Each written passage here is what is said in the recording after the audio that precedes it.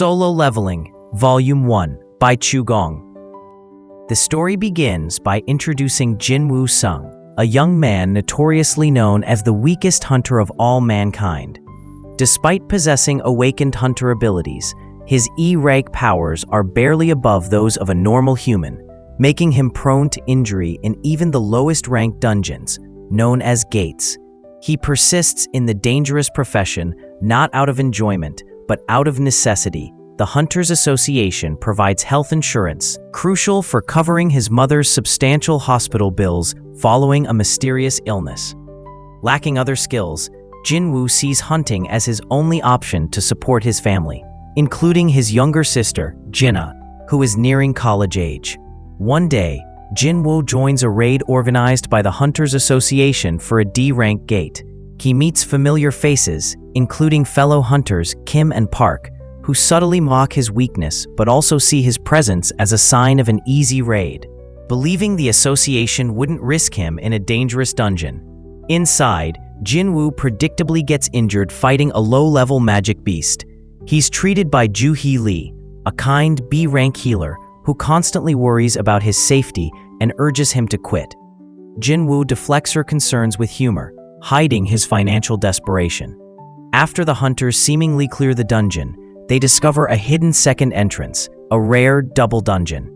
The party leader, an experienced C-rank hunter named Jinwoo Sung, proposes they explore it, tempted by rumors of great treasures found in such places, and unwilling to wait for the association and potentially lose the rewards to another party. Despite the inherent risks and Joo-hee's apprehension, a vote is held.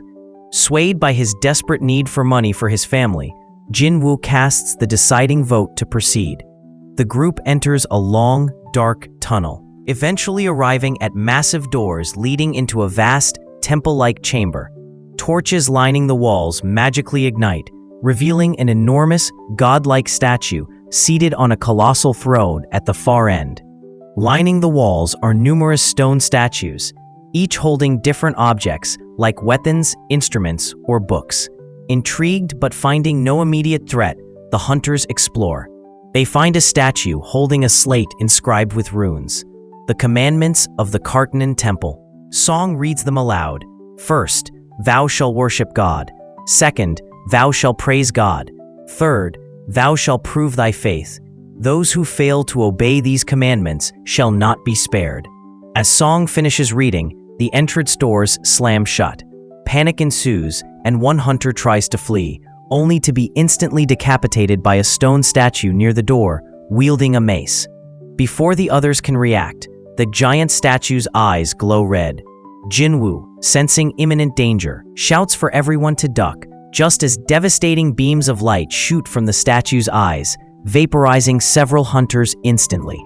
Jinwoo realizes the attacks follow rules. Remembering the first commandment, thou shalt worship God, he deduces they must show reverence. He instructs the terrified survivors to bow towards the giant statue. After some initial resistance and cursing, they comply, prompted by Song's trust in Jinwoo's hunches, which have already saved them. As the last hunter, Jinwoo, kneels, the statue's menacing red glow fades. Relief is short-lived. The ground trembles as the colossal statue rises from its throne. The second phase begins. Jinwoo recalls the second commandment, thou shalt praise God. A young hunter attempts to sing a hymn, but it angers the statue, which crushes him underfoot. The statue begins rampaging, stomping hunters flat. Jinwoo realizes the stone statues holding musical instruments might be the key. He yells for everyone to run to those specific statues. As hunters reach them, the statues begin playing music, a harp, a flute, a lyre. The giant statue stops its attacks on those near the playing figures, turning its attention to the unprotected. Jinwoo struggles to find a safe statue, especially while trying to protect Joo-hee. He manages to get her to safety near a drumming statue, but finds himself targeted. Evading the giant stomps and a shield-bearing statue's attack, which severs his leg, he collapses in exhaustion before a statue holding a book. As the giant looms over him, the statue begins to sing a heavenly melody, calming the behemoth, which returns to its throne. Jinwoo is alive but grievously wounded, his leg gone. Ju-hee tries frantically to heal him, but her B-rank magic cannot restore a severed limb, and she exhausts herself in the attempt. Only 6 hunters remain out of the original 17. Just then, a circular platform, an altar, rises in the center of the room. This signifies the final test. Thou shalt prove thy faith. Kim, enraged by the death of his friend Park and the situation, blames Song and forces him onto the altar, believing a sacrifice is needed. Nothing happens. Jinwoo, despite his injury, realizes the altar requires everyone. Helped by others, he, Ju-hee, and the remaining hunters step onto it. Red flames appear, matching their number, now 6, and a circle of smaller blue flames ignites around the altar's edge, 36 in total. The entrance doors swing open. Jinwoo understands this is a test of faith.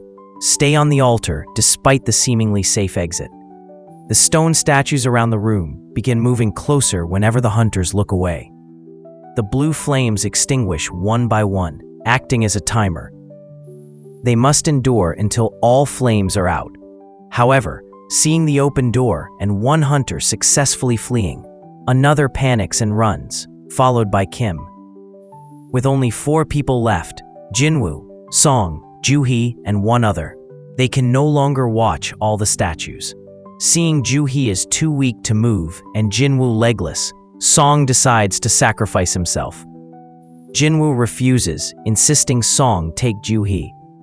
He gives Ju-hee his only E-rank essence stone, promising dinner later. Song reluctantly knocks Ju-hee unconscious and carries her out. Alone and facing imminent death as the statues close in, Jinwoo grabs Kim's discarded sword. A statue impales him with a spear, hoisting him up before throwing him down. Breaking bones. Surrounded and facing a final sword strike, Jinwoo wishes desperately for one more chance. Suddenly, time seems to slow. A feminine voice echoes in his head, announcing he has completed the requirements of a secret quest, Courage of the Weak, and asking if he accepts becoming a player. With seconds left before his heart stops, Jinwoo accepts. A brilliant light engulfs him as he loses consciousness. Jinwoo awakens in a hospital room. He feels strangely refreshed, his body light. His severed leg is completely restored. 2 men in suits from the Hunters Association surveillance team, led by the stern Jin Chol-woo, arrive to question him. They reveal he was unconscious for 3 days and was the only person found in the double dungeon chamber. The statues and the giant had vanished. The association theorizes Jinwoo experienced a rare reawakening, potentially becoming immensely powerful. They test his mana level, but the result is a disappointingly low 10, proving no significant change. The agents leave, baffled. Alone again, Jinwoo notices text floating in the air. You have unread messages. Dismissing it initially as trauma-induced hallucination, the reality of his healed leg makes him reconsider. His sister, Jinna, visits, concerned but also nagging him about getting hurt. After she leaves, Jinwoo learns from her gaming analogy how to interact with the floating messages by voicing commands like open inbox. He reads the messages. One confirms his player status and mentions a system designed to help him develop. Warning of penalties for non-compliance and confirming rewards have been delivered. The other reveals a daily quest, strength training, requiring 100 push-ups, 100 sit-ups, 100 squats, and a 10-kilometer run with a penalty for failure. Dismissing it as delusion again, he tries a few push-ups half-heartedly, and then ignores it, falling asleep. At midnight, he's violently shaken awake. The hospital room dissolves into sand, and he finds himself in a desolate desert under a black sky. The penalty zone. A quest appears. Penalty quest. Survival. Requiring him to survive for 4 hours. Suddenly, monstrous poison-toothed giant desert centipedes erupt from the sand and pursue him relentlessly. After 4 terrifying hours of desperate evasion, he abruptly reappears on his hospital room floor, exhausted but alive, covered in sand. He receives a notification about completing the penalty quest and receiving rewards, but falls asleep before checking them. The next day, determined not to repeat the penalty, Jinwoo diligently completes the daily quest. Upon completion, he receives rewards: full recovery, instantly restoring his energy, 3 ability points, and a mystery box. He discovers a game-like status screen showing his level, 1, HP, MP, stats, all initially 10, and skills, passive, willpower level 1, active, dash level 1 learned during the penalty quest. He learns he can allocate the ability points, investing all 3 into strength. Noticing a slight increase in his physical power, he then checks the penalty quest rewards, another 3 ability points, and another mystery box. He invests these in strength too, feeling a more distinct difference. He finds Kim's steel sword in his newly discovered inventory, along with mundane items, a bandage, a pen from the mystery boxes. He resolves to grow stronger and be more self-reliant. Over the next week, Jinwoo continues the daily quests, investing all points into strength. His physique noticeably improves, becoming lean and muscular, drawing attention from nurses like Yura Choi. Realizing the attention is risky, he decides to leave the hospital. Before discharge, he receives a gold key from a mystery box, a dungeon key, for an instance dungeon at Hapjeong Station, difficulty E. Intrigued, Jinwoo goes to Hapjeong Station. Using the key, transports him into an altered version of the station, now an overgrown jungle. The exit is sealed. He must defeat the boss or use a teleportation stone to leave. He encounters steel-fanged lichens. His increased strength allows him to punch one's head off. He levels up for the first time, noticing his stats increase automatically with the level gain. He discovers he can farm monsters for experience and items, lichen fangs, which can be sold in the system shop for gold. He grinds levels, reaching level 15, and learns how agility affects his perception of time in combat. He also acquires the title Wolf Assassin, boosting his stats against animal-type monsters. He proceeds to the dungeon's boss floor and confronts the blue venom-fanged Kasaka, a massive snake. His steel sword shatters against its tough scales. In a desperate struggle, he manages to choke the boss to death, leveling up twice to level 17. He obtains valuable loot. Kasaka's Venom Fang, a C-rank dagger with debuffs, and Kasaka's Venom Gland, an A-rank poison that grants damage reduction but lowers strength significantly.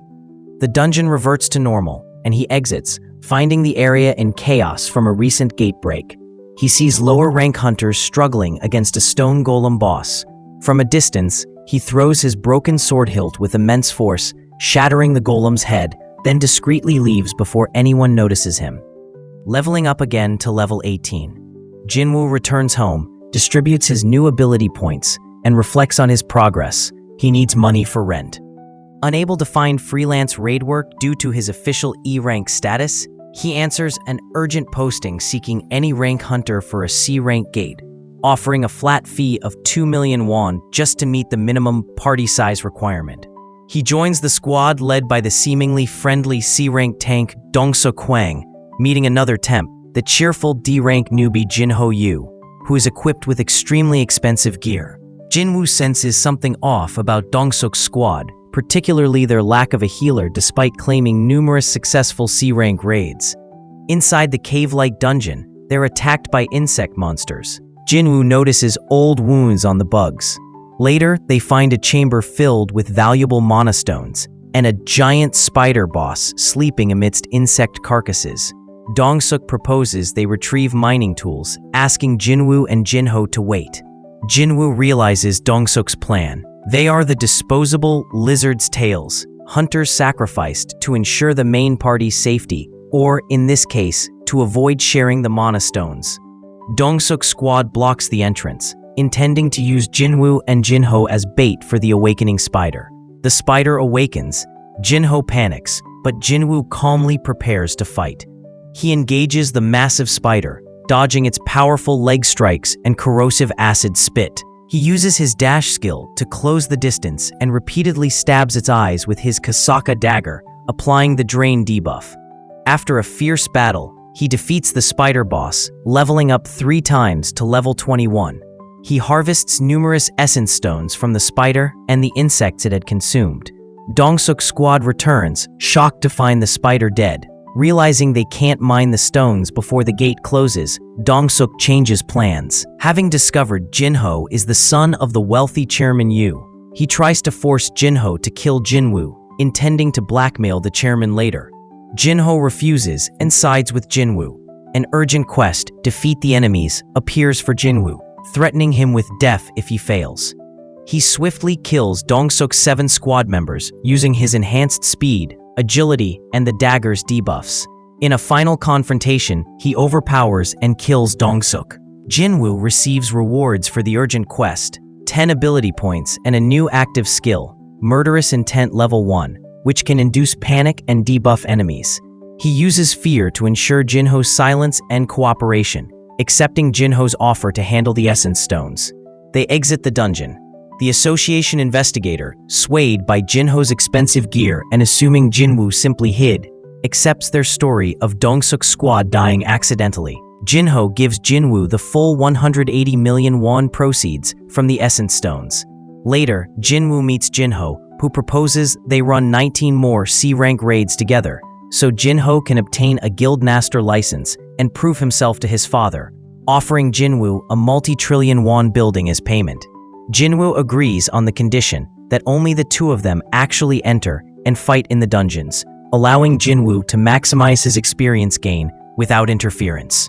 They hire 8 low-rank hunters merely to meet the party size requirement for C-rank gates, paying them well under strict NDA terms. Jinwoo and Jinho begin rapidly clearing C-rank dungeons. Jinwoo's level skyrockets as he easily defeats monsters, learning new skills like Advanced Dagger Wielding Level 1 and Fatal Strike Level 1, and upgrading Dash to Level 2. He discovers he can use potions from the system shop on Jinho. Meanwhile, manager Sangmin An of the prestigious White Tiger Guild notices the unusual pattern of C-rank gates being rapidly cleared by Jinho Yu's squad, often bought at exorbitant prices. Investigating, he connects Jinwoo Sung to the double dungeon incident and Taesik Kang's death. He correctly deduces Jinwoo must be a reawakened hunter of significant power, being tested by Jinho. Recognizing a massive opportunity, Sangmin decides to personally recruit Jinwoo before Chairman Yu's guild solidifies.